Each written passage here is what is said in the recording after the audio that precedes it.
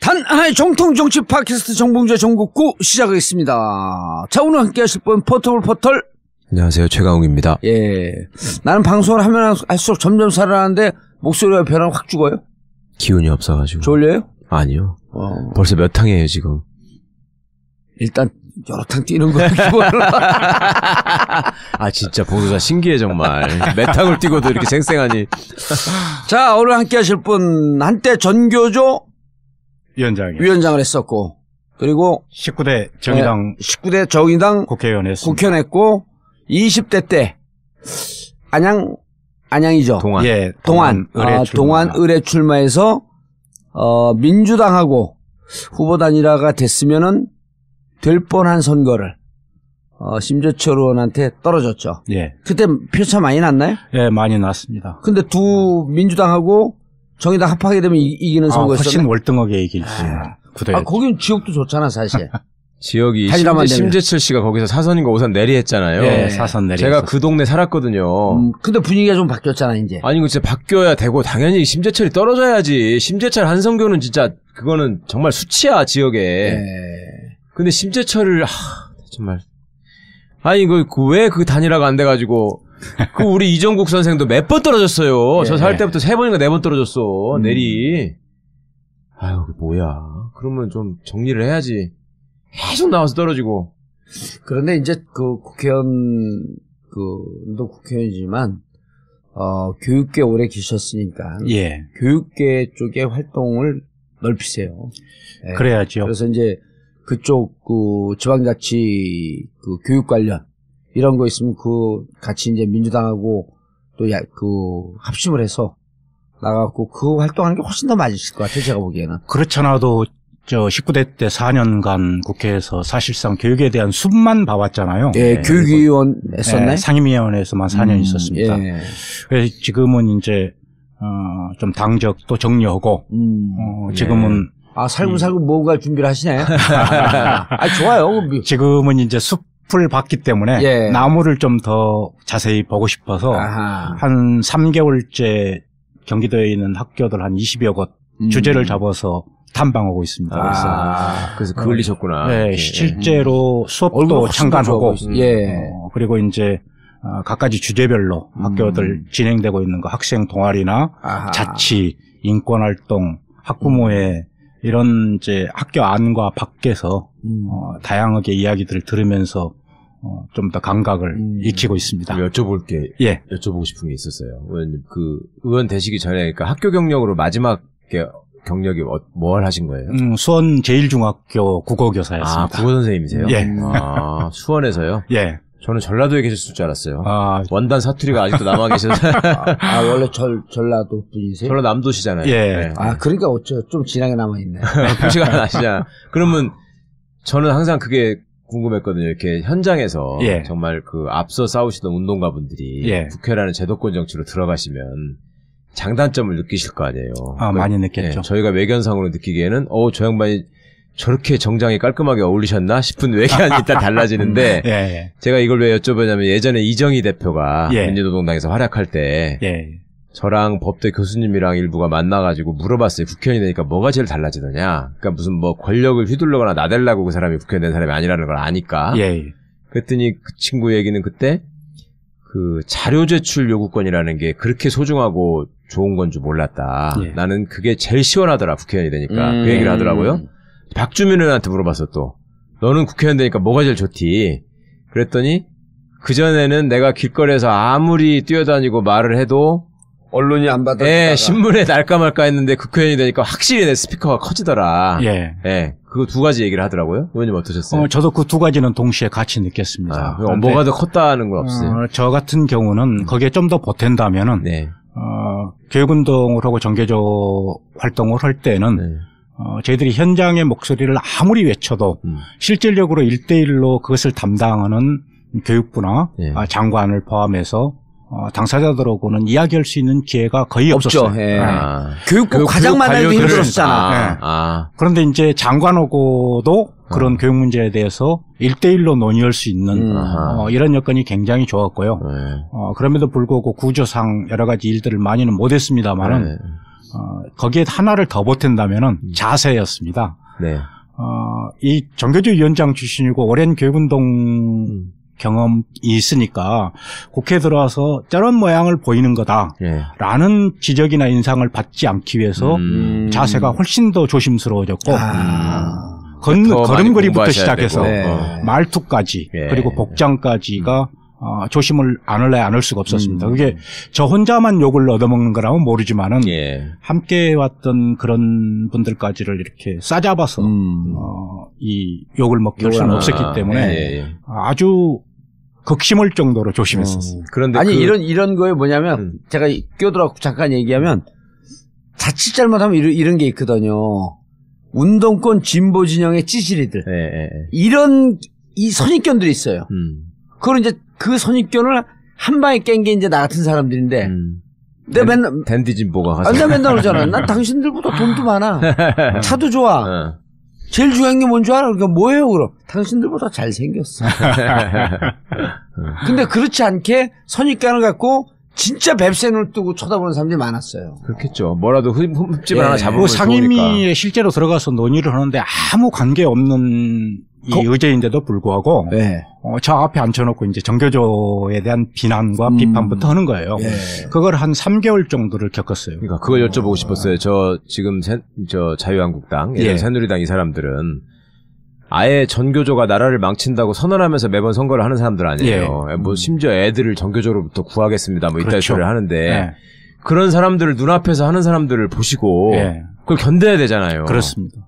어떻게 하셨어요? 단순하게 견디는 것뿐만이 아니라 그런 직접적인 비난, 관계없는 비난까지도 감수해야 됐기 때문에 제가 오죽하면 의사진행 발언을 얻어서 금방 발언하신 내용을 듣고 마치 얼굴에다 숯불을 뒤집어 쓴 것 같습니다. 제가 그렇게까지 표현할 정도였고 그럼에도 불구하고 그분들하고 똑같은 행태의 어법이나 자세를 가지고 대응할 수는 없었어요. 왜냐하면 똑같아지니까. 지네 하고 싶은 대로 하는데, 야, 그걸 또 그게 한계라고 여겼습니다. 그러니까 오죽하면 우리 보좌관진에서 너무 점잖으시다 이런 이야기들을 할 정도였었죠. 알겠습니다. 그래도 우리 그 정진호 의원님 모셨는데 꼭 듣고 넘어가야 돼. 안내 말씀 듣고 말씀 나누겠습니다. 알겠습니다.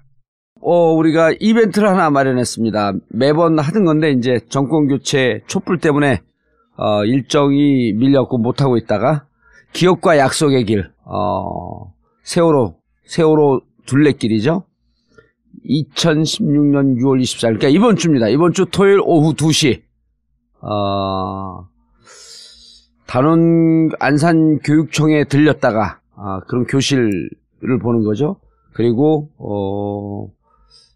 단원고 앞에 들리고 그리고 마지막에 분향소에 들리는 세월호 둘레길입니다. 6월 24일 토요일 오후 2시 안산시 단원구 고잔동 517-2 안산지원교육청에 오시면 됩니다. 6월 24일 토요일에 오후 2시 안산시 단원구 고잔동 517-2 안산지원교육청 416 기업교실 앞으로 오시면 되고요. 자세한 내용은 wide9.net wide9.net에 들어오시면 자세한 내용이 있습니다. 자, 그리고 최강욱 변호사가 이번에 쓴 불멸의 신작 권력과 검찰 무슨 얘기예요? 검찰 개혁에 관한 얘기. 예, 검찰 개혁에 관한 얘기. 부제 괴물의 탄생과 진화. 검찰을 괴물로 본 거예요? 그렇죠. 명예훼손 당하면 어떡하려고. 자기 홈타운 전주에서 한번 해야지. 22일 목요일 저녁 6시 30분 전주 한국 전통 문화 전당. 이건 뭐 하는데 여기는? 한국 전통 문화를 보존하고 공연하고 연구하고 하는 전주에 그런 게 많아요. 근데 왜 여기 갖고 그 검찰 얘기를 해요? 전통 문화를 거기 사람들 들어갈 장소가 그런 데밖에 없대. 그래서 여기 몇 명 들어간대요? 200명 정도. 그리고 200명 오고 전주인데. 그래서 목요일 22일입니다. 저녁 6시 30분 전주 한국전통문화전당에서 권력과 검찰 최강욱 변호사의 신간 북콘서트가 있습니다. 여기 사회 누가 봐요?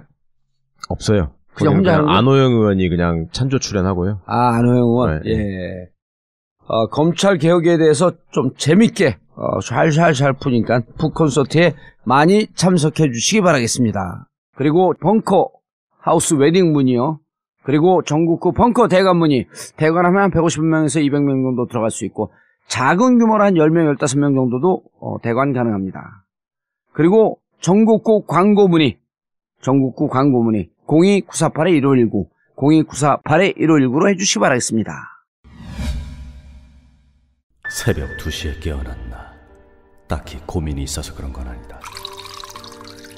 새벽 5시에 일어났나. 새벽 6.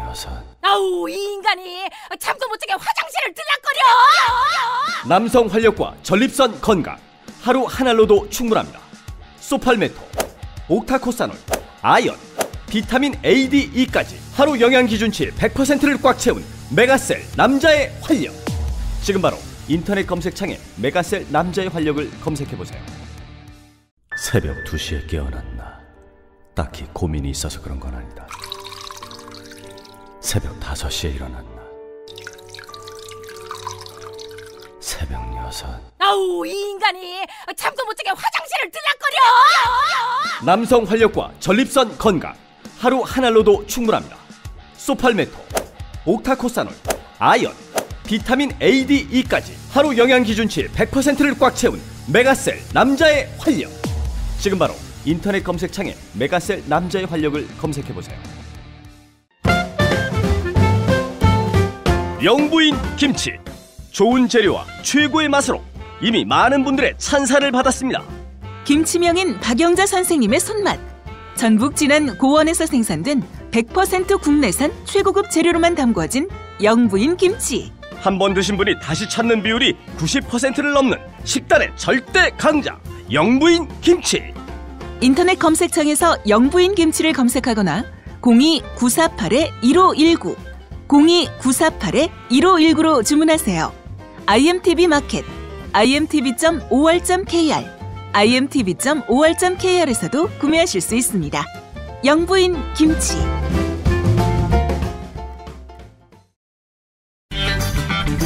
전국구 후원 대리운전 1644-6785 1644-6785.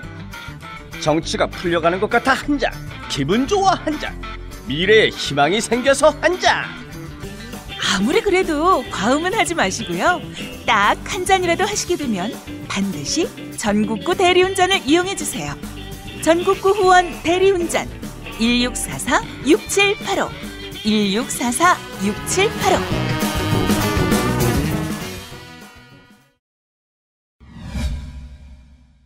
자, 지금 문재인 정부가 출범하고 교육정책, 교육개혁 시급해요. 예. 그런데 좀 우려된다. 그렇습니다. 예, 그래서 오늘 우리 교육정책에 대해서 성공하기 위해서 그냥 문재인 대통령의 정책이 위험하다라고 하는 것보다도 주위에서 같이 손을 잡고 나가야 될 분들이 조금 오버하면서 뭔가 지금 교육계의 반발을 조직적으로 나올 수 있는 자양분을 오히려 제공하고 있다. 그런 지적들이 지금 많이 있습니다. 이미 자사고 학부모들 막 나오라 그랬고 5개 학부모들이 단결했잖아요. 학교에서 18일 날 자사고 특목고 폐지 반대 데모했죠. 발표를 했죠. 예.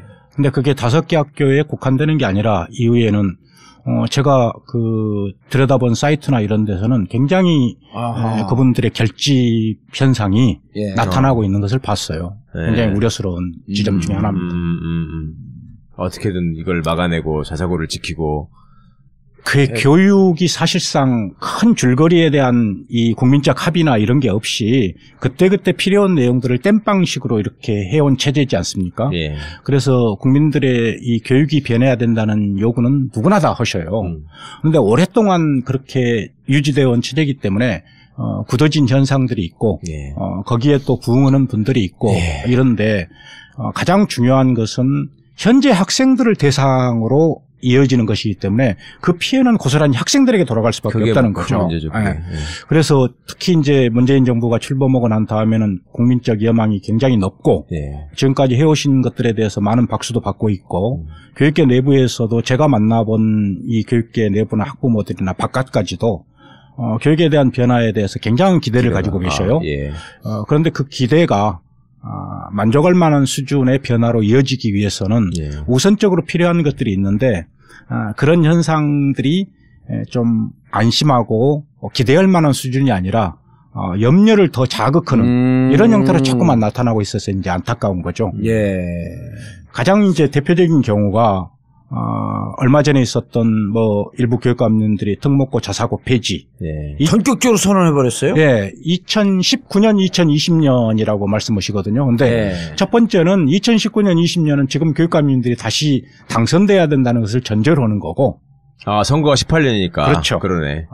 그러니까 자사고 외고 폐지가 아니라 내가 꼭 당선되겠습니다. 이런 선언을 한 거네. 자칫 잘못하면 그게 정치적인 이 발언으로 오해될 소지가 있고 그런 정치적인 발언이 그것을 해서 끝나면 모르지만은 아까 말씀하셨듯이 특목고나 자사고에 벌써 쑤셔놨어요 지금. 이게 지금 19년, 20년은 지금 다니는 학생들 졸업하면 없앤다 이런 뜻으로 그 기한을 잡으신 건가요?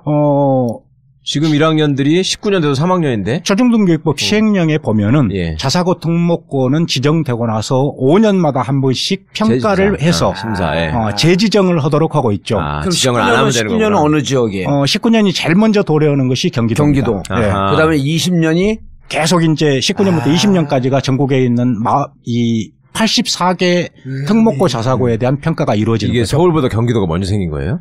그렇습니다. 제일 먼저 평가가 도래하는 것이 경기도입니다. 19년에. 그 다음에 이제 19년서부터 20년 사이에 전국에 있는 84개의 자사고 특목고가 전부 다 심사를 받게 되는 그러면 거죠. 과학고, 외고 이런 것들도 다. 그렇습니다. 과학고, 외고, 자사고. 그리고 이제 서울과 경기에 많이 있죠. 외국고등학교. 근데 이제 외국고등학교나 자사고는 사립고등학교니까 외국고등학교도 공립이 있고 사립이 있어요. 그렇죠. 그렇기 때문에 그렇죠. 그리고 이제 공립도 있나요? 공립도 있습니다. 외고 경기외고 이런 거. 공립이 14개입니다. 그리고 사립이 17개. 총 자사고가 외국고등학교가 총 31개예요. 그리고 이제 국제고등학교 사립 17개. 국제고등학교라고 이름 붙여진 학교가 7개 학교. 자사고가 46개 이렇게 됩니다. 국제고는 다 공립인가요? 아니요. 거기도 공립이 6개고 사립이 한 군데가 있습니다. 하나 있어요? 이게 순기능도 있는데 어쨌든 지금 가장 문제가 되는 게 이게 이제 공교육 시스템을 거의 붕괴시켰다라고 하는 게 가장 큰 문제 아니에요? 그렇습니다. 그러니까 이쪽으로 학교를 우선 애들 다 뺏기고 보내고 난 다음에 공교육은 고등학교 때부터 2등 국민, 3등 국민이 되는 거 아니에요? 학생들도 그렇게 생각하는 거 아니에요? 그러니까 우리 교육에 있어서 가장 큰 문제로 지적받고 있는 것이 그동안에 이런 학교들을 만들어버림으로써 교육의 격차가 엄청나게 벌어져 있다. 그래서 이제 일반 고등학교에 사실상 슬럼화가 이루어지고 있다. 그래서 일반 고등학교는 거의 포기 상태 아니냐 이런 지적을 하시는 분들이 있죠. 자사고 외고 하면 과고는 빠지네요. 과고는 폐지해. 특목고에 들어가죠. 특목고. 그러니까 과학고는 폐지하겠다라고 하는 얘기는 안 나오나요? 그렇죠. 아직 뭐 거기는 사실상 영재 학교나 이런 것으로 되기 때문에요. 아니 특목고에는 외고하고 과고가 다 들어가는 거잖아요. 다 들어가는데 특목고 폐지가 아니고 외고 자사고 폐지에 지금 아까 특목고라고 그러셨는데. 특목고 중 외고 자사고는 외고는 실질적으로 외국어 전문 학생들을 육성하기보다도 그렇죠. 입시학원이 인문계 가는 의대 가는 입시학교화 됐기 때문에 이것을 없애겠다라고 하는 거고 과학고는 그나마 설립 취지에 맞춰서 운영되는 학교들이 꽤 많이 있는 거죠. 그렇죠. 그러니까 특목고등학교가 전국에 152개예요.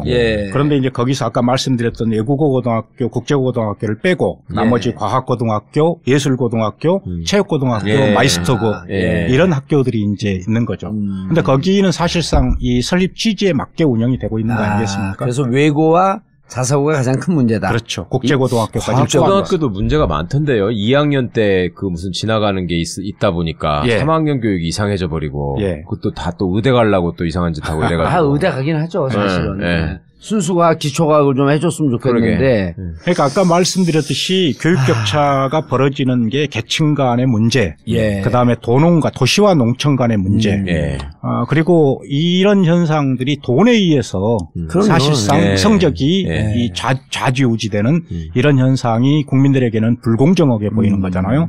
거기다가 이제 우리는 미래에 대한 대비를 해야 된다라고 이야기하면서 여전히 이러한 교육 현상을 유지하게 된다면 과연 미래가 보이느냐 이런 이제 의문들이 제기되고 있는 거죠. 그리고 보면 오늘도 이제 우리가 이거 하기 전에 이제 아주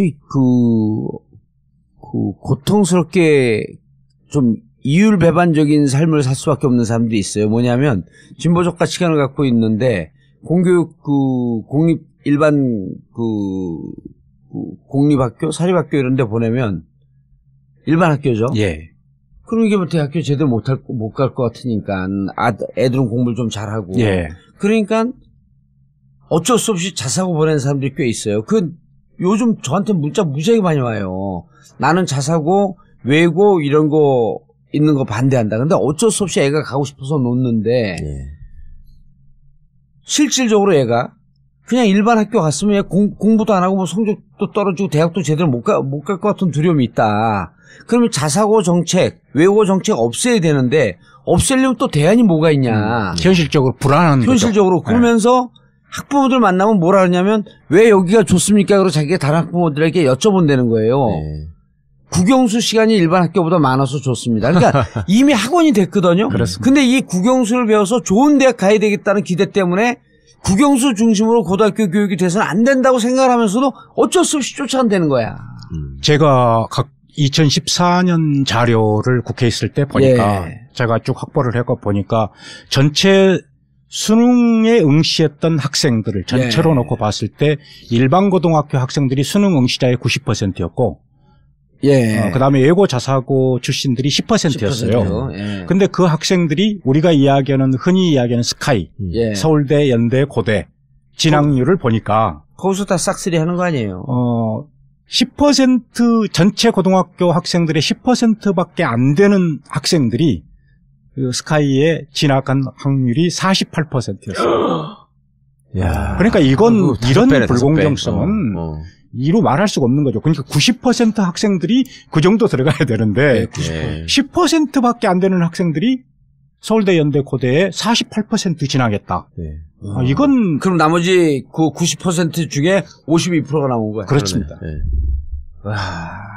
이런 불공정성이 유지되어서는 우리 애한테 교육의 정상화가 아니라고 해야 되겠는데. 이제 그런 점에서 학부모들이 자사고나 외고를 선호하는 경향이 있죠. 근데 그것도 참 막연한 것이 자사고 외고를 들어간다고 해서 그게 다 보장되는 건 아니잖아요. 그리고 뭐 대학을 그런 데 나왔다고 해서 인생이 보장되는 게 아닌데 이게 나라가 워낙 비틀리고 이상한 역사들을 겪고 있다 보니까 부모들 입장에서는 일종의 그게 가는 게 무슨 안전빵이라고 생각하고 그거라도 해줘야지 얘가 나중에 사는데 편할까 이렇게 생각하는 거잖아요.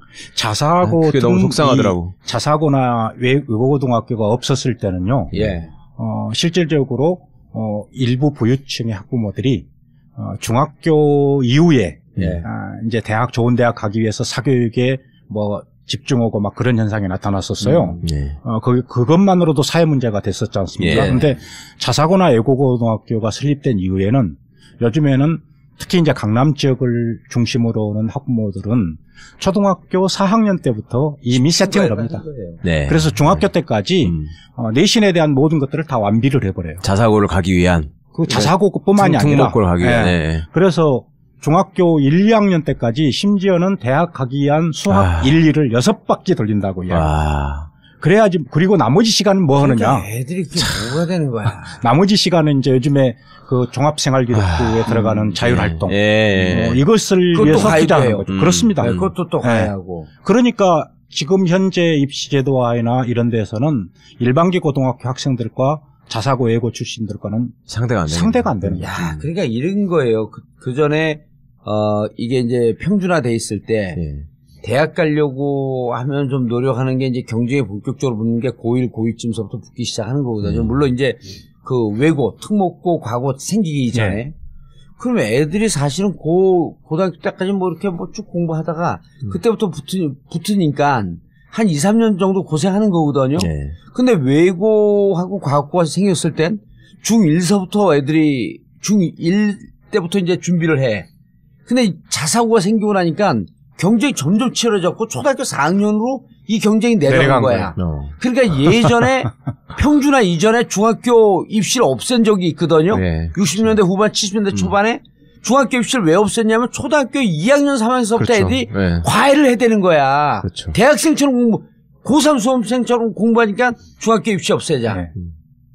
또 중학교 입시 없애놓고 보니까 고등학교 입시를 해야 되는데 초등학교 5학년 6학년서부터 공부를 하니까 이것도 없애자. 그냥 평준화로 가갖고 그나마 애들이 행복한 삶을 사는 거예요.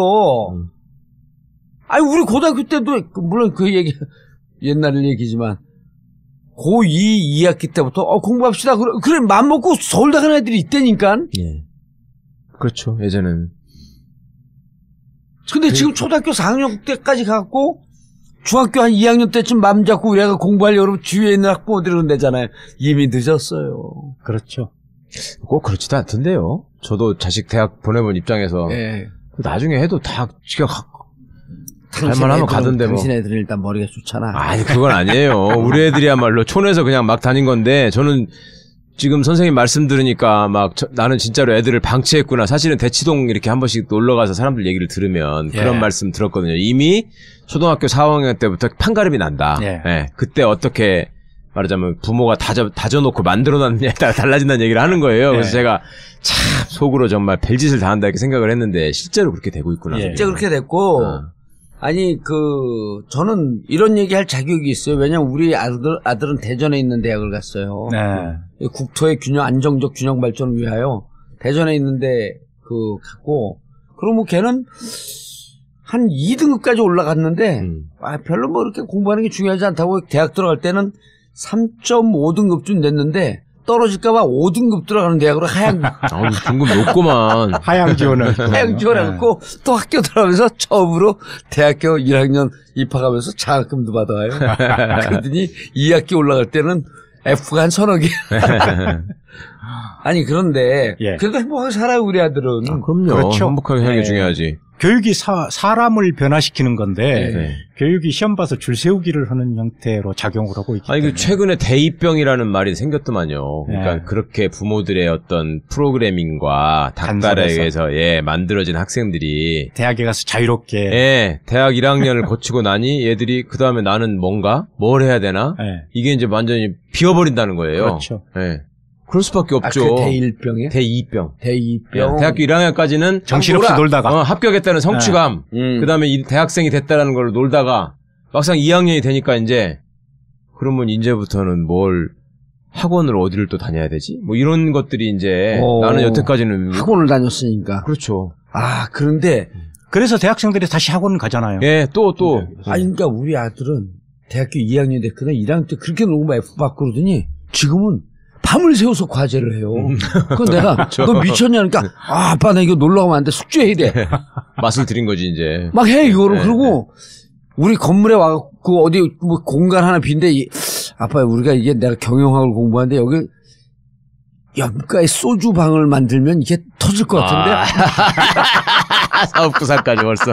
아니 그러니까 이게 무슨 서비스 경영과 이런 거니까. 내가 그래서 그냥 살던 길로 계속 가세요 아저씨. 클럽 가서 놀고 그냥 그거나 하세요. 자 그런데 이 학교들을 일거에 어떻게 없애요? 2019년에 어떻게 없앨 것이며 그러니까 무조건 이 기준에 규정은 있을 거 아니에요. 그러니까 지정을 안 해버리면 없어지는 거잖아요. 그러니까 이게. 없앨 수 있는 방법은 3가지 정도가 됩니다. 그러니까 지금 나와 있는 근거, 설립 근거. 근데 정 의원님. 없앨 수 있는 방법을 광고 듣고 하면 안 될까? 그렇죠. 그러십시오.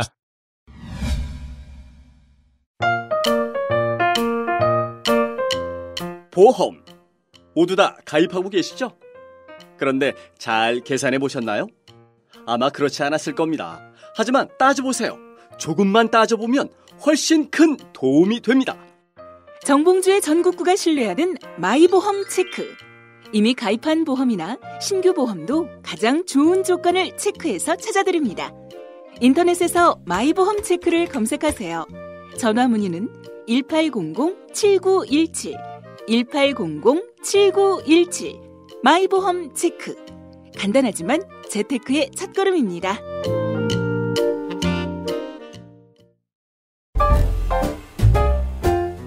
결혼. 아직도 인생에 딱 한 번이라면서 쓸데없이 사치스러운 결혼을 준비하시나요? 결혼식, 거품을 걷어버리세요. 청담동 벙커에서 이루어지는 반값 하우스 웨딩. 아름답고 우아한 추억과 품격은 유지하면서 만족감은 2배로 올렸습니다. 최고급 수준의 결혼에 반값 결혼식. 이미 벙커에서 결혼식을 한 커플들과 가족, 주위 친구, 친지들의 만족감이 최고 수준입니다. 세련된 청담동의 실속 만점 결혼식. 새 인생을 폼나게 시작할 것을 추천합니다. 벙커 하우스 웨딩. 문의 02542-7764, 02542-7764. 책임지겠습니다.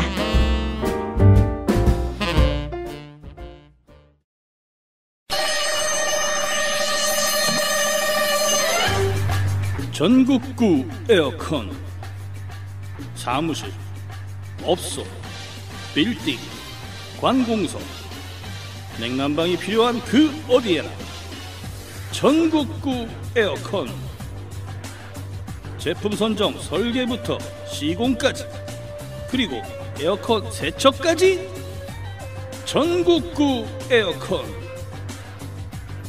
031-403-2331, 031-403-2331. 검색창에서 전국구 에어컨을 검색해주세요.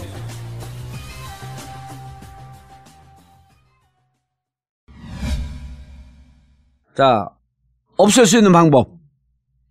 그 시행령으로 이렇게 돼 있기 때문에 예. 시행령 자체를 삭제해버리면 됩니다. 그렇죠. 네, 시행령 자체를 삭제해버리면 되는데 이렇게 됐을 경우에는 그야말로 법적 근거가 일시 없어져 버리기 때문에 네. 다니고 있는 학생들이나 네.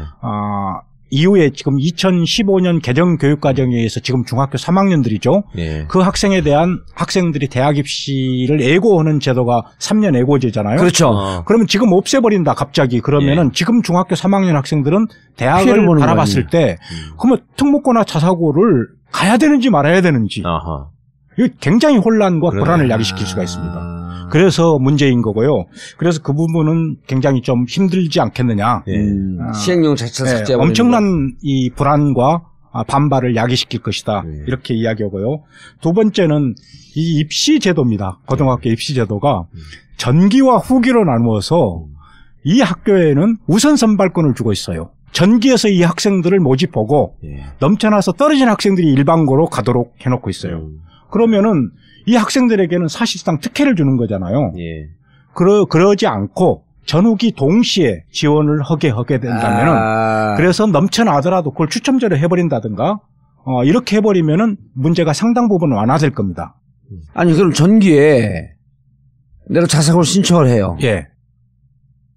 떨어지면 어떻게? 떨어지면 일반고로 가는 거예요. 지금 현재는. 예. 근데 그러니까 우수한 학생들만 다 모집하는 거죠. 그 전기 후기를 같이 하면은 일반계 고등학교 미달 학교에 나중에 가면 되는 거죠. 한꺼번에 한다면. 예. 동시에 한다면. 오. 그런 방법이 있고요. 이 세 번째. 아니 그 차이가 느껴져요? 뭐가요? 지금 전기는 자사고나 외고 특목고 학생들이 지원을 하는 겁니다. 그러면 그 학생들을 다 뽑아놓고 학교의 취지에 맞게 먼저 시험을 보기 때문에 그리고 합격생을 다 발표하면 떨어진 학생들은 다시 일반계 고등학교에 지원을 하는 거예요. 두 번 지원을 하는 거잖아요.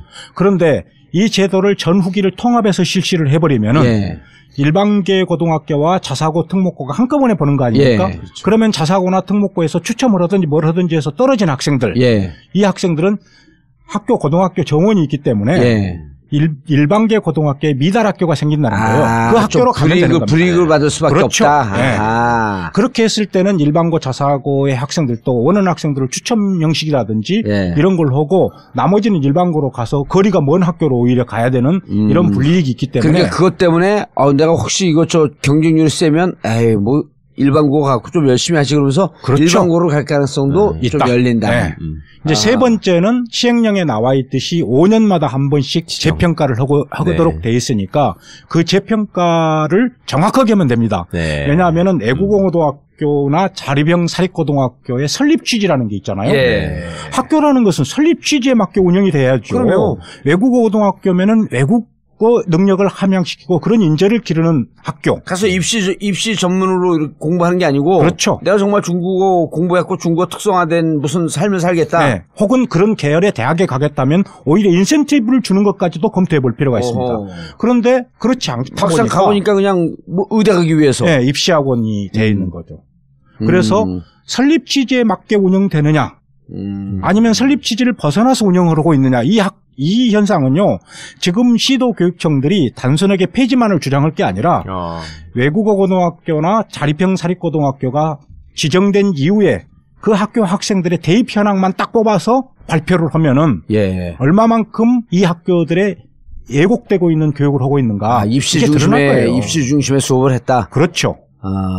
그래서 설립 취지나 목적에 맞지 않는 학교들은 일반고로 전환시켜버리면 됩니다. 그렇네. 이거를 지금 정치적으로, 물론 외고가고, 아니, 외고 자사고 필요 없다. 너무 입시 중심으로 됐기 때문에, 이렇게 갖고 정치적으로 선전하는 것도 중요하지만, 실질적으로 교육감의 권한으로 엄밀하게 감사를 해서, 감사도 이게, 암행 감사도 좀 하고 그래야 될 거 아니에요? 느닷없이 예를 들어, 교육감이 아니라 장학관 간다 그러면은 우리 옛날에 학원 하듯이 영어 다 준비한 딱 밑에서 숨겨놓는 거거든. 그런데 아이들 불시에 가갖고 암행 감사해갖고 학교 들어가갖고 시간표 줘봐라. 오늘 수업하는 거 어떻게 하고 있냐. 그럼 일주일 동안 수업한 거 어떻게 됐냐. 그러면 그거 딱 나오는 거거든. 영어 시간 몇 시간, 수학 시간 몇 시간, 그 시간 몇 시간 해갖고 집중적으로 그것만 수업한 흔적이 나오는 거거든요. 사실 이런 거 게을리했어요. 그렇죠. 열심히 안 했어, 이거. 강원에 있는 애국어고등학교 같은 경우에는 제가 지적을 하고 적발을 했던 건데, 수업 시간표를 2중으로 만들었고요. 그렇죠. 출석부도 2개를 만들었어요. 잠깐 오면은 이걸 내고. 검열용 비밀장부 만드는 거 실제 출석부. 이게 다른 거죠. 그 옛날에 우리 학원 하면서 다 해봤어요. 보습학원에서, 보습학원 하게 되면 영어 이런 거 못 가르치거든요. 그럼 영어 안 가르쳐. 수학, 국어 이런 거만 해놔요. 교육청에서 딱 나오면 이것만 가르치고 있습니다. 그리고 책상 있잖아요, 책상. 그럼 서랍을 이렇게 뒤지거든? 그걸 2중으로 만들어요. 비밀. 딱하다 하게 되면 안에다 책 숨기게. 그거 내가 다 해본 거야. 이 교육과정 부정 운영은 지정 취소 사유 중에서 가장 큰 내용 중에 하나입니다.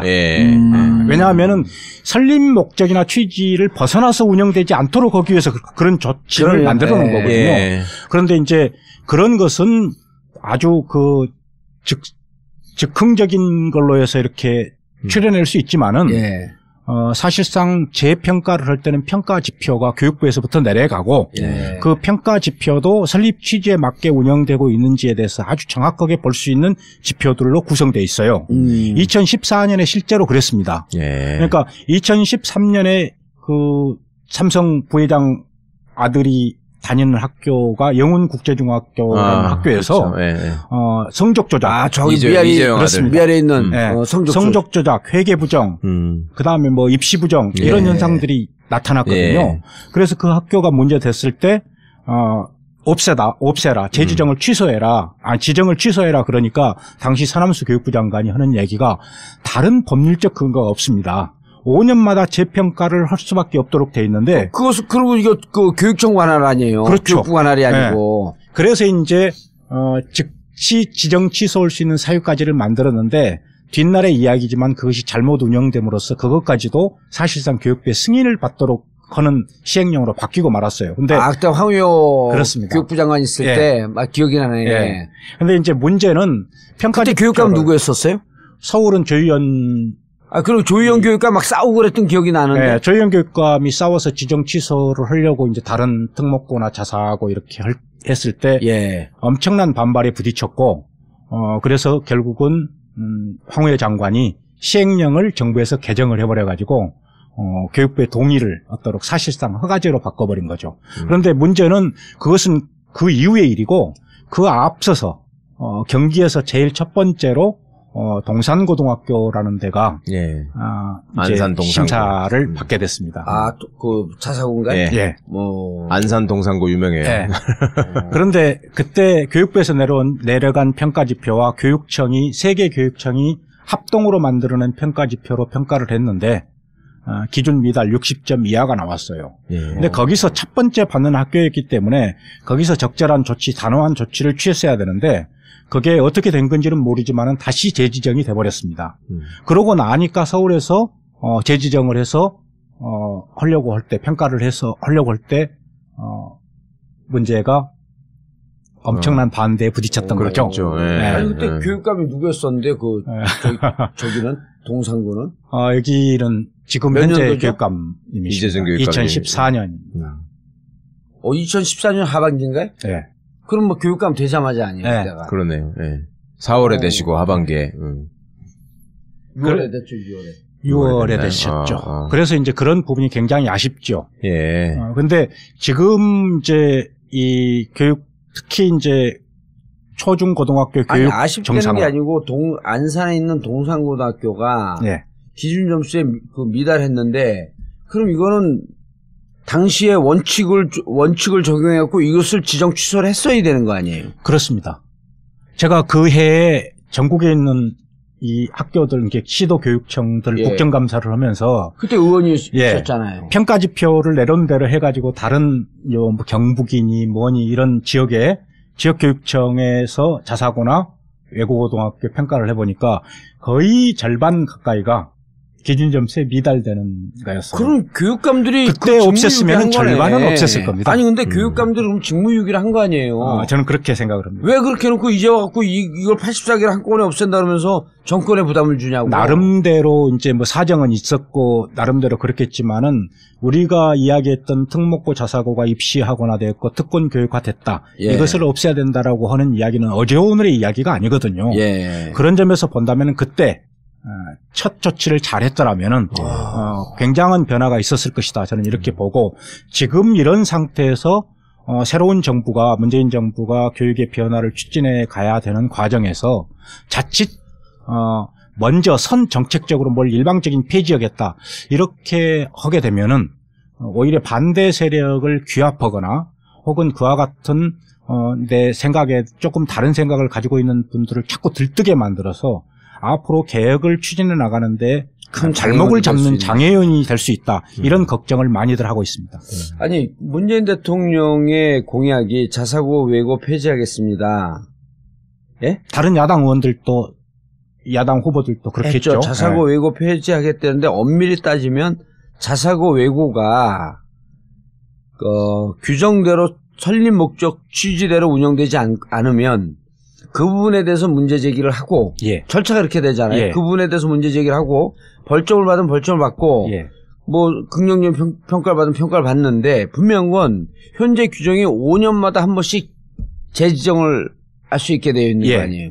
그러면은 자사고 외고가 규정에 따라서 운영되지 않을 경우엔 재지정할 때 지정 철회를 하겠다. 일반 고등학교로 만들겠다. 일반 고등학교로 만들겠다. 이런 공약이 사실은 정확하게 맞는 거고 문재인 대통령 그런 취지로 얘기를 했을 거 아니에요. 저도 그렇게 생각을 합니다. 예, 그리고 이 자사고 외고 폐지에 대한 권한은 대통령 권한, 즉 교육부 권한이 아니라 교육감의 권한 아니에요. 근데 시행령을 바꿔놨기 때문에 교육부의 동의를 얻도록. 교육부의 동의를 구해야죠. 그러니까 정부는 동의만 해주면 되는 거예요. 정확하게 심사할 것은 교육청에서 하고 교육감들이 하고 자 이렇게 해갖고 지정 취소하겠습니다. 그럼 그렇게 하십시오. 왜? 당신들이 본 것이 옳기 때문에. 이게 설립 취지에 어긋나서 다른 형태로 운영되고 있는 것이 아주 적나라하게 국민들에게 알려졌을 때는 반대하는 분들도 그 논리가 굉장히 희박하고 그리고 일반계 고등학교나 일반 학교로 전환하는데 굉장히 용이하죠. 그런데 불필요하게 발목을 잡는 요인이 돼서 다른 개혁적인 부분까지를 막는다면은 이건 굉장히 큰 문제가 될 수 있다. 지금 교육감 분들이 정치적으로 선언하는 건 의미는 있지만 어찌 보면 반발하라고 그냥 밑밥을 던져놓는 거 아니에요. 근거도 없이 2019년에 폐지하겠다.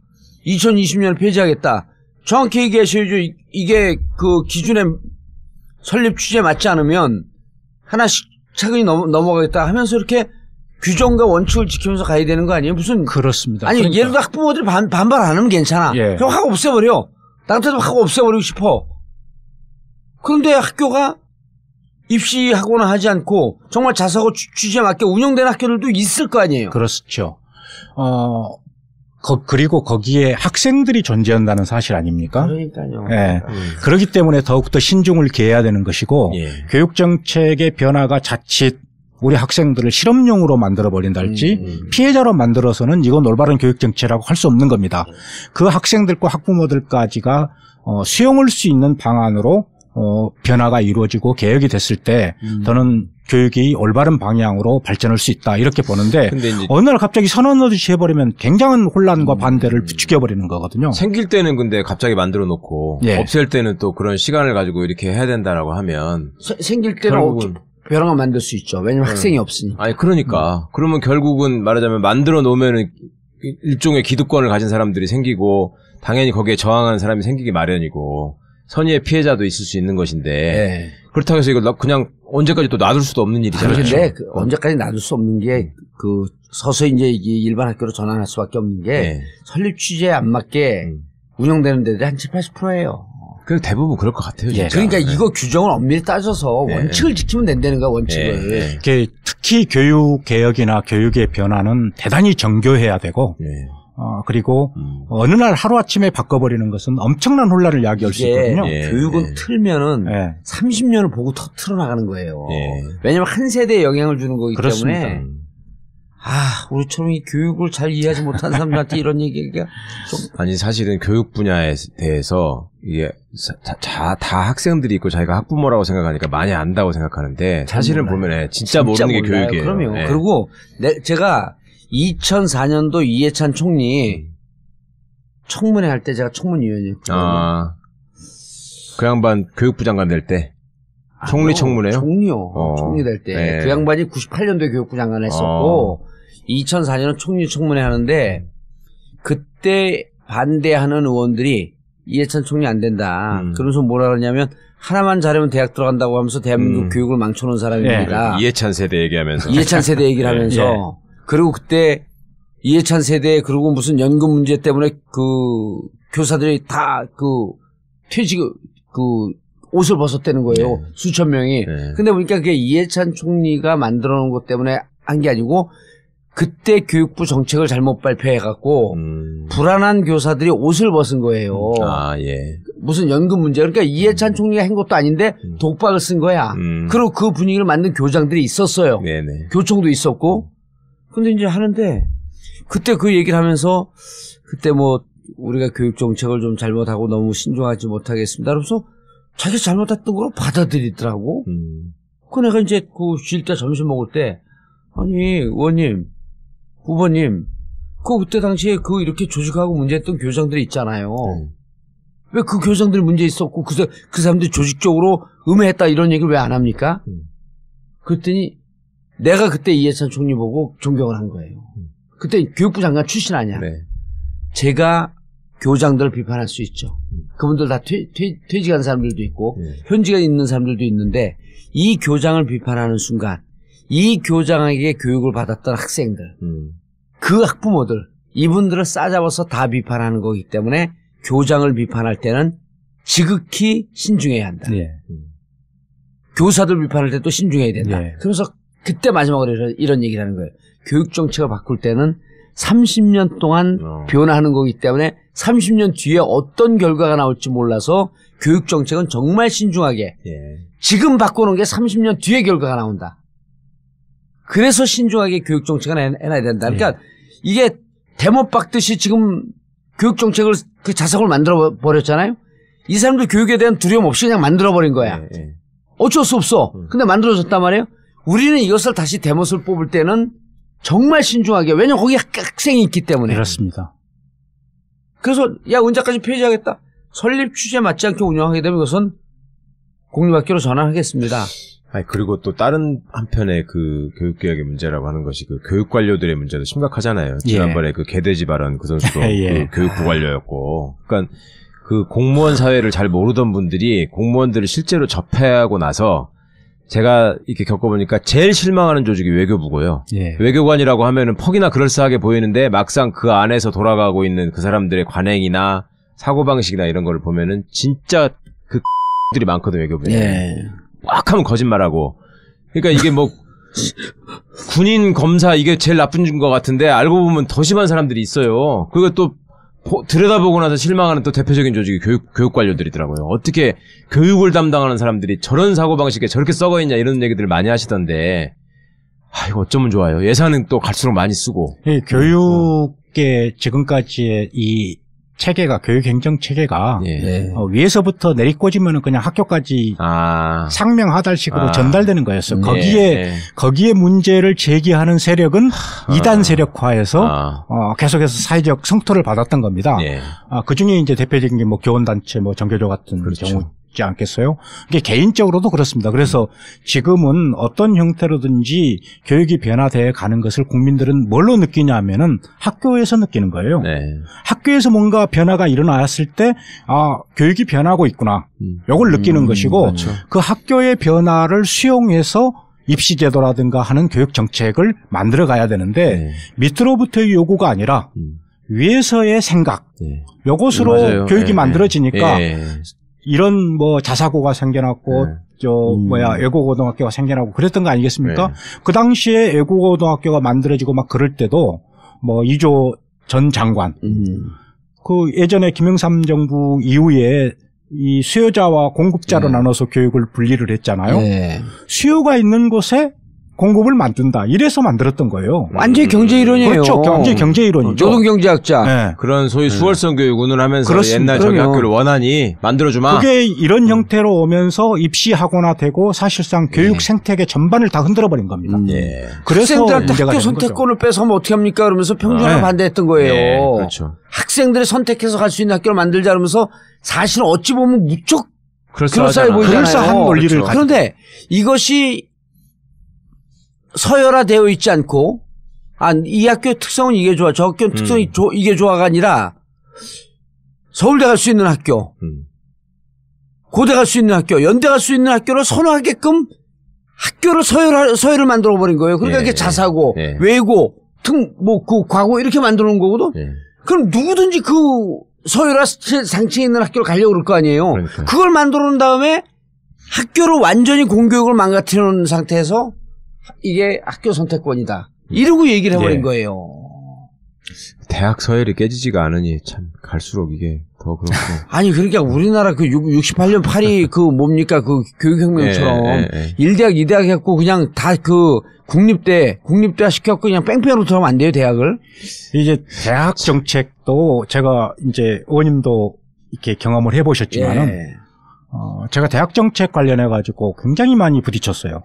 그러시겠죠. 깜짝 놀랐던 것이 대학 총장들의 사실상 친목단체인 대교협이 교육부로부터 온갖 용역을 다 가져갑니다. 다 가져왔어요. 그 중에 가장 대표적인 것이 대학에 대한 평가를 가져가요. 아니, 그게 그나마 노무현 정부까지는 아니었었는데요. 이명박근혜 정권 들어와서 다 준 거예요, 대교협에다가. 그래서 제가 이럴 수가 있냐. 국민의 돈, 세금을 가지고 이런 형태를 운영해서 교육 정책과 질서를 이렇게 어지럽힐 수 있느냐.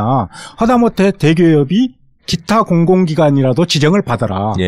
그랬더니 어땠는지 아세요? 예산 심사를 할 때 제가 예산을 붙잡고 이야기를 하니까 기재부에다가 기타 공공기관 신청을 했어요. 그래놓고 본회의에서 예산 통과가 되니까 취소를 해버렸어요. 이런 현상이 발생하고 기타 있는 거예요. 공공기관이 있으면 예산을 쓰면서 자기들 심의를 받아야 되니까. 그래서 제가 그 다음에 대기업으로 가는 예산을 2분의 1로 딱 줄였는데 이런 교육 체계와 논의 구조 질서 속에서는 올바른 정책이 나올 수가 없어요. 대기업 같은 경우도 국가 예산을 쓰는 거거든요. 교육부 지원을 받으니까. 그럼 국가 예산을 쓰면 감사원의 감사를 받는다든지 교육부의 감사를 받아야 되는데 교육부하고 왜냐면요 교육부 관료들이 한 국장 그만두면요 다 대교육으로 가요 또 다. 그렇죠. 네. 대교육은 그냥 거대한 공룡 조직이야. 그리고 거기서 대교육으로 가 있으니까 그 짬짬이 하면서 교육부에서 하는 모든 용역들을 다 가지고 가는 거거든. 이러는 거야. 내가 나하고 최강욱 여기 정준호 셋이 모였고 우리들끼리 우리를 평가하는 거야. 그럼 이번에 최강욱 너 1등. 그 다음에 나 1등. 그 다음에 정준호 1등. 계속 돌려먹는 거예요. 그 교육부 예산 딱 나오냐, 이 교육부 예산 이렇게 나와 있는데 막 우리끼리 경쟁하는 척 해? 지난번에 너 많이 가져갔지?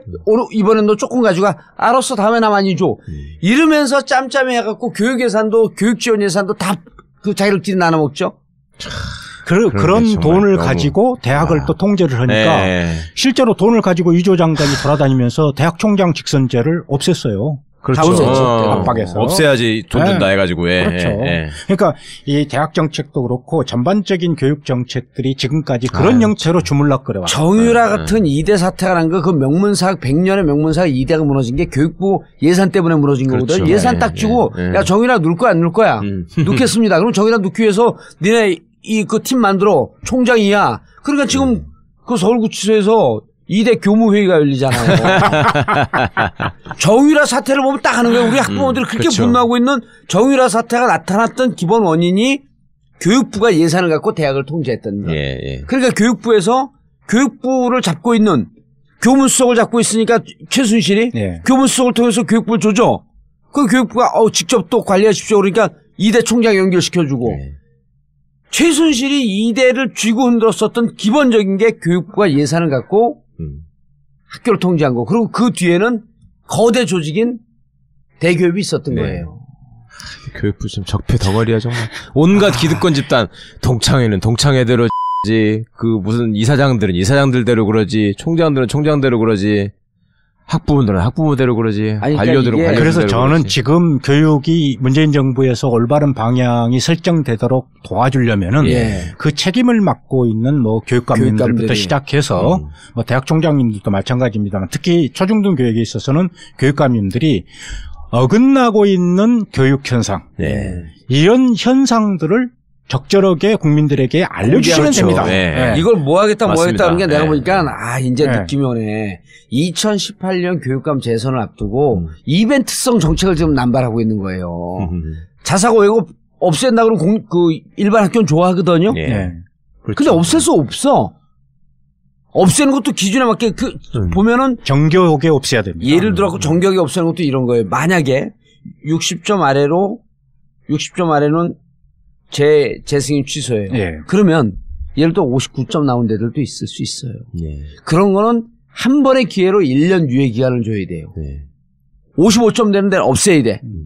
50점 미만 되는데 없애야 돼. 그러나 또 1점, 2점 때문에 이거 분쟁이 되니까 1년 유예 기간을 주겠다. 어떻게 되는지 보겠다. 그거 줬는데도 60점 도달 못하면 그때는 없애는 거죠.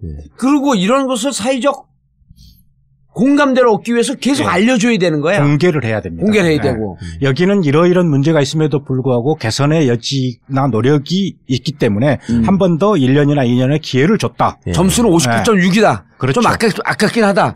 그래서 그 기간 동안에 다시 이런 내용이 지적받은 내용이 개선 여지를 파악하고 판단해서 재지정 여부를 남은 기간 동안 연장시켜 주겠다든지 이렇게 나와야 되는 겁니다. 그래야지 혼란도 없어질 수 있는 거고 반대를 위한 반대가 형성되지 않습니다. 그리고 방향이 올바로 설정될 수 있죠. 아니 사드 알바끼 해놓으니까 지금 꿈쩍을 못하잖아요 우리가. 그럼 저 사드 철에 다 찬성하거든요. 저걸 하기 위해서는 저놈들은 확 대못을 버렸지만 저거 하느라고 외교 역량 총동원했고 3년 4년 걸리는 거예요 앞으로. 똑같은 거예요 교육도. 그런데 시도교육감에게 모든 권한을 다 위임하겠다, 이양하겠다. 이제 저는 그것도 굉장히 우려를 후계하고 있습니다. 왜요? 교육부의 초중등 교육에 대한 권한을 교육부에서 너무 많이 가지고 사사건건 모든 사항에 대해서 일제고사 보는 것까지 그렇죠. 이렇게 간섭하고 통제하는 시대는 이미 지났어요. 그것도 문제지만. 그런데 그것을 갖다가 아무런 다른 별도 장치나 이런 게 없이 시도교육청으로 넘긴다. 원래 권한이 있다면 그 권한은 시도교육청, 시군구 교육지원청, 학교 해서 궁극적으로는 학교의 권한, 학교의 자율성, 교장의 권한이 아니라 단위학교의 자율성의 확대나 강화로 나가야 되는 거예요. 귀결돼야 되는데 지금 현재 상태에서 그 권한 이양의 사다리가 딱 중간에 끊어져 있는 상태에서 시도교육청으로 초중등 교육에 대한 권한을 이양한다? 저는 17개 교육부를 만드는 것이 될 수도 있다. 이런 염려를 갖고 있습니다. 교육청, 시도교육청이 어떤 상태로 이후에 초중등 교육에 복무할 것이고 밑으로부터의 국민들의 요구와 학교의 변화의 요구를 받아서 어떤 정책을 펼칠 것이라고 하는 로드맵 없이 권한을 이양받으면은 17개 교육부가 저는 생긴다고 봐요. 17개 교육부 장관이 생기는 거예요. 그렇죠. 우리가 처음에 지방자치를 했을 때 지방자치단체 장들에 대한 문제를 얼마만큼 많이 제기를 했었습니까? 심지어는 황태자라고 막 그랬잖아요. 저는 그런 현상이 교육계에서 벌어지지 않는다라고 보장할 수 없다. 이렇게 보고 있습니다. 그래서 물론 이제 그런 염려 때문에 저는 곧장 국가교육위원회가 아니고 국가교육회의를 통해서 헌법 개정을 통하고 그래서 국가교육위원회를 설치하겠다. 이게 지금 이 문재인 정부가 내세웠던 공약이라고 저는 알고 있어요. 그래서 국가교육위원회. 점진적으로 권한을 이양하되 궁극적으로는 교육의 이 변화를 시킬 수 있는 주체를 명확하게 설정하고 그래서 권한이 어느 한 군데에 집중되지 않고 학교 교육의 변화로 이루어질 수 있는 이런 형태의 체계를 만들면서 해야지 그렇지 않으면은 권력이 중간에 딱 걸리게 됩니다. 그러니까 체계를 제대로 만들어 놓지 않고 그냥 이양하는 걸로만 해버리면 어중이 떠중이들이 막 생길 거다 이 말씀이죠. 그 걱정을 하시는 거죠. 실제로 교육부는 책임은 지키지 않고 권한만 해요. 그렇죠.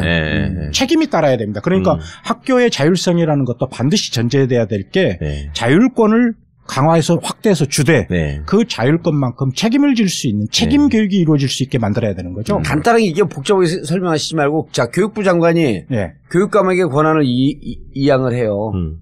그건 이양을 하는 건 학교 교육이 자율적으로 지켜지라는 거거든요. 근데 그럼 교육감은 그 권한을 또 누구한테 이양을 해야 되냐면 그 교육장을 통해서 교장에게 이양을 해야 돼요. 그럼 교장으로서 딱 쥐고 있는 순간 절대 무소불위의 교장이 되는 거야.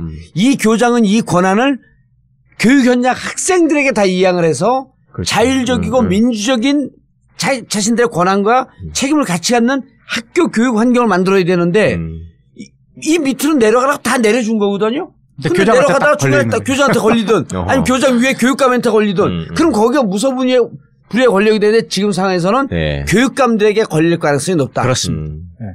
그리고 학교장들이 만약에 그런 권한을 받는다 할지라도 실질적으로 그것을 유용하게 쓸 수 있느냐. 왜냐하면은 사실상 이 교사들의 반발이 제일 심했던 게 교장이 무소불위의 권력을 가지고 휘둘렀던 거거든요. 절대 권력자. 근데 그 권한이 사실은 우리가 학생과 학부모와 교사 이 세 단위를 어떻게 조화롭게 이 참여하게 만들어서 학교를 제대로 학부모가 원하고 교사들이 만족하고 학생들이 행복한 학교로 만들 것이냐. 이것에 집중을 해야 되는데 자기가 인사부터 시작해갖고 모든 권한을 자기가 행사하려고 했던 거예요.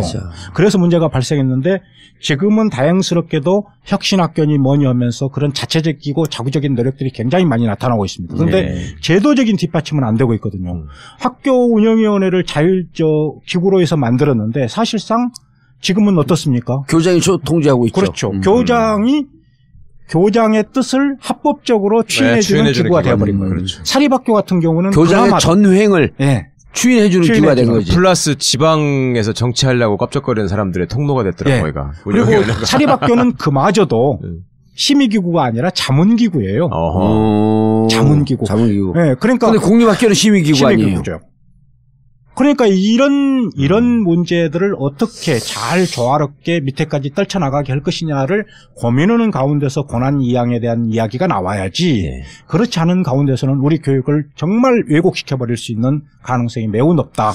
이렇게 걱정하지 않을 수 없습니다. 촛불 이후로 조금 나아지지 않았을까? 뭐가요? 그 학교 교육 현장 학부모들의 이런 의식이나 이런 게 학부모들의 의식은 지금도 높습니다. 좋은데 이제 교장과 이런 그 행정 권력을 쥐고 있는 자들 교장 위에 또 교육장이 있잖아요. 교육장 위에 교육감이 있죠. 그러니까 지금 이 권한이양의 문제가 나온다면은 시도교육청의 역할이 무엇이고 시군구 교육지원청은 어떤 형태로 어떤 역할을 통해서 학교 교육을 지원하고 그다음에 학교 교육을 담당하는 교장이나 교감은 역할이 무엇인지가 보다 더 분명해져야 돼요. 지금은 우리는 원님 아시지만은 교장, 교감 선생님을 가리켜서 관리자라고 지칭합니다. 그렇죠. 저는 더 이상 학교를 관리하는 관리자는 필요가 없다고 생각해요. 학교가 자유롭게 모든 아이들에게 다양한 교육을 하기 위해서는 학교장은 관리자가 아니라 학교 교육과정 편성을 하고 운영을 하는 교육과정의 설계자여야 되는 거예요. 그것을 그리고 감당할 수 있어야 되고 그것을 추동할 수 있어야 되고 그런데 지금도 여전히 교장, 교감은 관리자라는 인식이 팽배해져 있는 이 상태에서 권한이양이 학교로까지 이루어진다 하더라도 제대로 된 교육의 변화가 이루어질 수 있을 것이다. 이렇게 보기는 어렵다는 거죠. 정교조가 열심히 활동해야죠. 대안도 제시하죠. 저는 정교조뿐만이 아니라 아까도 말씀드렸지만은 특히 이 일선 교육, 지역 교육을 책임지고 있는 교육감님들이 이런 현상들에 대해서 공개를 하고 바람직한 방향에 대해서 다양한 의견을 듣고 토론을 해야 된다고 생각해요. 그런데 지금 교육 현장이 보면은 그러니까 교육감이 관할하는 임명할 수 있는 교장이 뭐 수백 명이잖아요. 수백 명, 수천 명 되지 않아요? 수천 명씩이 돼요? 모든 학교는 거의 대부분이 물론 학교장은 대통령이 임명합니다. 최종적인 형식적인 인사권자는요. 그런데 그것을 제안하고 심사하는 것은 교육감이죠. 근데 그게 다 장악이 안 되시는 것 같던데요, 보니까. 다 안 되죠. 지금 저렇게 학교 개판치고 하는 데가 우리 소위 우리 민주진보 교육감들이 계시는 데서도 막 속출하는 걸 보면 교육지원청의 중간에 있는 장학관들이나 교육 관료들이 그쪽들하고 결탁이 돼 있기 때문에 이게 소위 말해서 영이 안 서는 이런 게 생기는 건가요? 지금까지 승진 제도가 이 연공식 승진 제도였어요. 그래서 이 승진을 하기 위해서는 재직 연수가 일정한 기간이 돼야 되고 그 기간 동안에 각가지 점수를 다 따야 되는 거죠. 그런 폐단이 그런 일방적인 단일한 승진 구조를 이루다 보니까 위에서 떨어지는 것만 하지 자기가 책임 있게 무엇인가를 해보려고 하는 게 없었어요. 그래봤자 이득이 되는 게 없군요. 그렇죠. 그래서 내부형 공모교장 제도를 도입했던 겁니다. 그런데 이제 예전 정부에서 시행령을 통해 갖고 그것을 빈 교장들, 공석인 교장의 15%로 제한을 해버렸어요. 그러니까 뭐 지역에 따라서 경기가 지금은 학교 수나 학생 수가 전국에서 제일 많은 지역 아니겠습니까? 그런데도 몇 개 학교가 되지를 않아요. 그래서 승진 구조를 일원화시키지 않고 다원화시키자 이런 취지로 하게 된다면은 보다 더 지역 주민이나 학부모들의 의견을 수렴하는 일선 교육 행정이 되지 않겠느냐 이렇게 했는데 그것도 사실상 내실을 기하고 있지 못한 상태고 그렇습니다. 그런 준비를 다양하게 해서 학교 운영에 참여하고 있는 교사들과 교장 선생님들은 제가 다녀본 바에 의하면은 눈부신 정도의 변화를 이루고 있어요. 모든 학교들이 다 그런 건 아니지만은 그래서 그런 성공 사례가 있다면 성공 사례 그걸 적극적으로 그렇죠. 실패 사례가 있다면 그 실패가 어디서 기인했는지를 살피고 그 실패를 반복하지 않기 위한 이런 형태로 나가야 되고 저는 전국에 있는 모든 학교를 일시에 혁신학교로 지정하거나 이러는 것도 저는 타당치 않다고 생각합니다. 왜냐하면은 교육의 변화는 반드시 주체가 형성이 돼야 돼요. 이 학교를 어떻게 변화시키겠다라고 하는 의지와 방안이 스스로에게 만들어질 수 있도록 여건을 북돋우고 허용해 주면은 저는 머지않은 시기에 학교의 변화가 실질적으로 꿈틀거리는 모습으로 나타날 거라고 봅니다. 학부모들의 의식 수준이 정말 엄청 좋아졌더라고. 좋아졌습니다. 좋아졌으면서도 사실은 인권의식이나 이런 면에서 보자면 아직도 자기 자식을 자기 부속물로 생각하는 사람들이 많고 그러니까 제가 학교 다닐 때 애 학교 보냈을 때 왜 그 기숙사에서 그 학생들의 그 인권을 침해하는 경우가 무지하게 많단 말입니다. 기숙사 학교에서 뭐 아무 때나 가가지고 짐 뒤지고 뭐 벌점 준다고 하면서 막 뭘 갖다가 다 뺏어버리고 자기들이 가져가고 있는 짓을 하면은 CCTV로 감시하고 그런 짓을 도대체 학교에서 왜 하느냐. 그러면은 다 돌아오는 답이 학부모들이 원한다. 당신들끼리 그러면 토의를 해가지고 방법을 정리해와라. 내가 그대로 해줄게. 교장이 배짱 내미는 거예요. 아니 너네들이 애들 성적이 중요하다고 하면서 애들 왜 통제를 안 하냐고 해놓고 그걸 하면은 또 인권 침해한다 그러면 내가 어느 장단에 춤을 추리? 이렇게 얘기를 하는데 제가 보기에는 꽤 진보적 개혁적인 마인드를 가진 민주 시민들도 교육 부분에 들어가게 되면 그건 내 새끼 좋은 학교 아니 그런 요인도 있지만은 예. 자기 자녀를 학교에다가 맡겨놓고 있다는 것 때문에 예. 좋은 생각과 타당한 지적도 쉽사리 하지 못하는 게 현실이에요. 맞아요. 볼모가 돼버리죠 애들이. 예. 그런 여건을 허물어서 예. 그런 장벽을 허물어서 그분들이 제대로 된 자기 생각을 이야기할 수 있을 때 예. 그런 그렇죠. 여건을 만들 때 학교가 변화하는 겁니다. 그러니까 그것이 저는 교육감이 직선제가 되고 하면은 그런 시스템이 만들어져서 소위 교육 현장에서 벌어지고 있는 온갖 부조리들이 학부모들이 쉽게 소통할 수 있고 쉽게 피드백을 받을 수 있는 이런 게 만들어질 거라고 기대를 했는데 여전히 마찬가지더라고요. 네. 그러니까 학교 현장에서 벌어지는 부조리들은 교사들이 단결해서 문제를 제기하고 시정해 나가지 않으면 안 되는 구조로 돼 있어요. 그런데 교사는 문제 제기 못하게 그렇게 하면 또 징계해버리고 네. 학부모들이 저기 하면은 이제 학생한테 불이익을 주거나 그러니까. 학생을 왕따시키는 방법으로 딱 또 통제를 하고.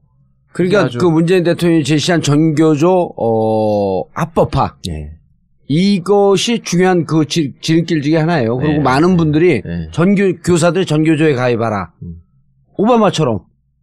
권익을 찾기 위해서 그 노조에 가입하라. 노동조합이 활성화되면은 그 단위의 일들이 그런 투명성이라든지 그렇죠. 공개성들이 네. 확대되는 거죠. 그렇죠. 네. 알겠습니다. 지금 교육 문제, 자칫 잘못하게 되면, 교육감들이 선언한 자사고, 외고, 폐지하겠다라고 하는 것이 정권에 심각한 타격으로 올 수 있기 때문에 교육감들께서 이 부분에 대해서 절차에 근거해서 좀 더 신중하게 이벤트성이 아닌 문재인 대통령의 교육 정책의 개혁을 위해서 함께 손을 잡으면서 좀 신중하게 접근해야 되겠다는 말씀으로 예 오늘 교육 정책에 대해서 살펴봤습니다. 감사합니다. 네, 고맙습니다. 예. 전교조 회원 좀 늘리시고요. 회원 늘리는 가장 좋은 방법이 있어요. 제가 전교조 회원으로 가입하는 거예요. 근데 내가 교사가 아니라. 정봉주 전국구 마치겠습니다. 감사합니다. 고맙습니다.